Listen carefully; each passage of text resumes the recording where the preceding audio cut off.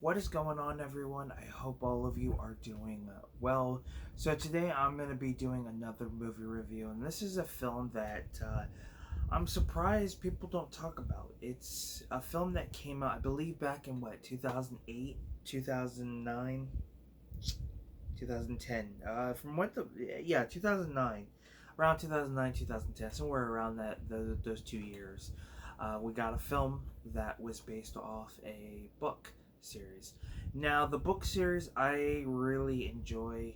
I've read a few of the books, in the series. I haven't really read every single book, but it is a series that I would like to revisit sometime in the near future and pick up all the books in the series. But today I'm going to be reviewing the film The Vampire's Assistant, Cirque du Freak.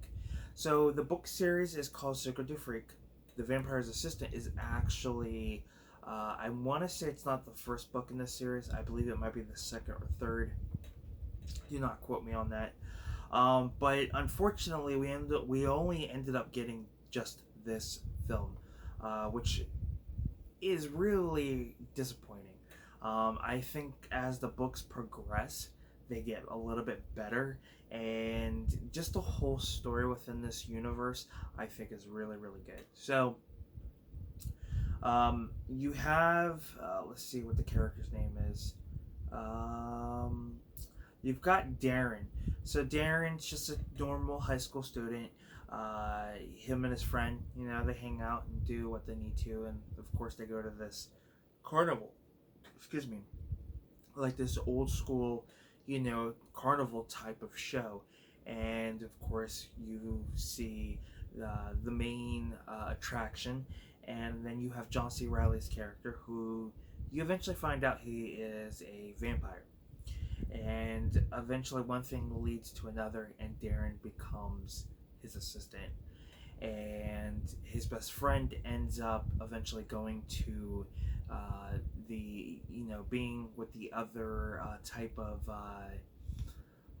I want to say they're not, like, I guess they're a breed of vampires that feud with, like, John C. Riley's character.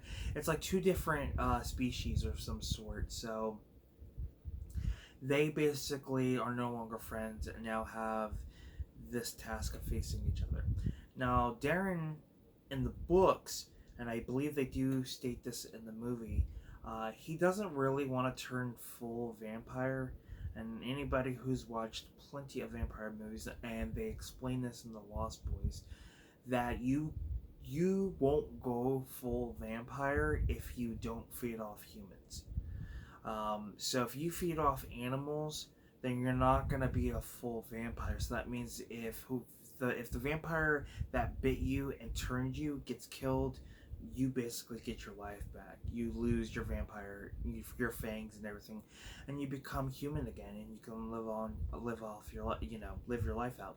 But if you do feed on humans, then that's pretty much it. You have, you know, written your destiny, basically.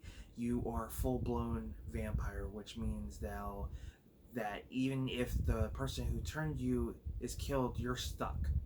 So, I've always been fascinated with that type of story, and of course, they explain this in The Lost Boys. But Darren, throughout the books, he doesn't want to be a full blown vampire, so he feeds off animals to kind of keep himself still have that part of being human in him. And you get some really cool, interesting characters. Now, this movie has a really great cast. John C. Riley, who I feel like is a very underrated actor. He is not just well known for comedy movies. He's got some drama. I mean, he's in Boogie Nights. He's in What's Eating Gilbert Grape, and I mean, his just library of films is really good, or his filmography. You get Selma Hayek, who just doesn't age at all. You get Josh Hutcherson. You get Ray Stevenson. Willem Dafoe is in this as well. Uh, and as of right now, that seems to be the only, like, well-known names. And there's a few other, actors and actresses in this film. But you know, the very interesting thing I've noticed with like films like this and Percy Jackson, they kind of go with that tone of Twilight, which, you know, yes, they are trying to bring it as more of a, you know, they're trying to bring in more of like a young adult audience, and a lot of things are toned down because like in the book there's some pretty gruesome things that they talk about, but of course if you're going to do a movie you're going to go for a smaller, you know, a younger audience, excuse me, you know, teenage close to a young adult. And the one thing I've noticed, like with this and Percy Jackson, is you have this dark tone to these films. It just seems like they like kind of like Twilight. It just has this dark tone to it. Um, you know, so I'm not sure what the deal is with that, but yeah, it's still enjoyable for what it is.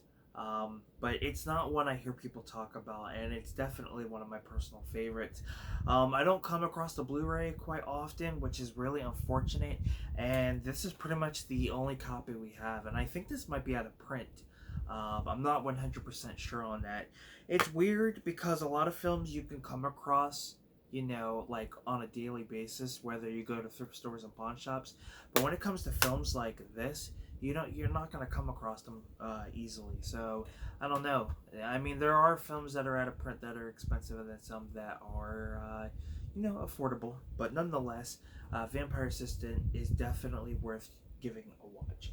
So there you have it. That is my review for the Circle du Freak Vampire Assistant film. What are your thoughts on this movie? Let me know down in the comment section below. If you've read the books, what do you think of the books? Like I said, I've only read like a couple of them. I do need to eventually go back and try to finish that series. And yeah, with that being said, thank you guys for tuning in on Film Talk with Mike. And until next time, guys, we'll talk films. Peace.